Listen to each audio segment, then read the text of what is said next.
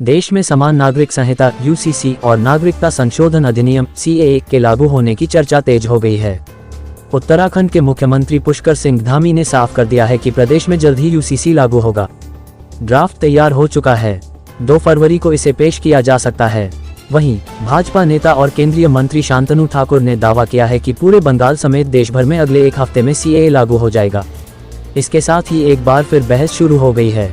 जानिए क्या यूसीसी और सीएए है, लंबे समय तक चर्चा में क्यों रहा, अब तक क्यों नहीं लागू हो पाया और ये लागू हुआ तो कितना कुछ बदल जाएगा। क्या है यूसीसी सीएए और देश में लागू होने पर कितना कुछ बदलेगा।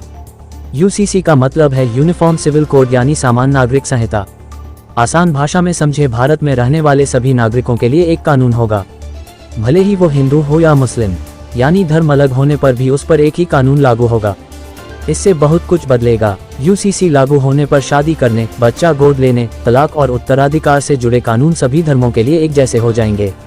भारत दुनिया का पहला देश नहीं है जहां इसे लागू करने की तैयारी है।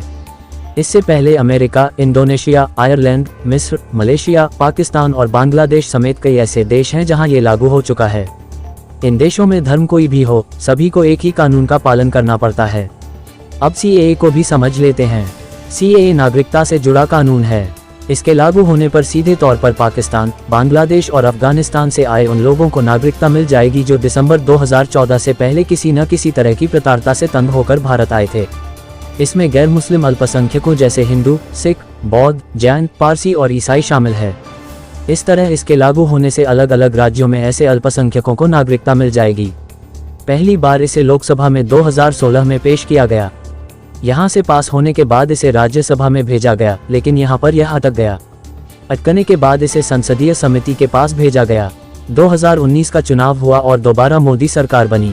सरकार बनते ही इसे दोबारा लोकसभा में पास किया गया, फिर राज्यसभा में भी इस पर मुहर लग गई। दोनों जगह पास होने के बाद 10 जनवरी 2020 को राष्ट्रपति की मंजूरी मिली। हालांकि यह लागू नहीं हो पाया।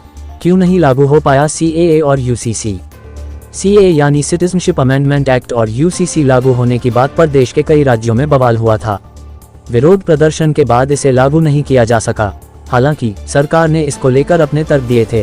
केंद्र सरकार का कहना था, जब तक देश में समान नागरिक संहिता नहीं लागू होती तब तक लैंगिक समानता नहीं लागू हो सकती। वहीं लोगों का कहना था कि इससे समानता नहीं आ सकती।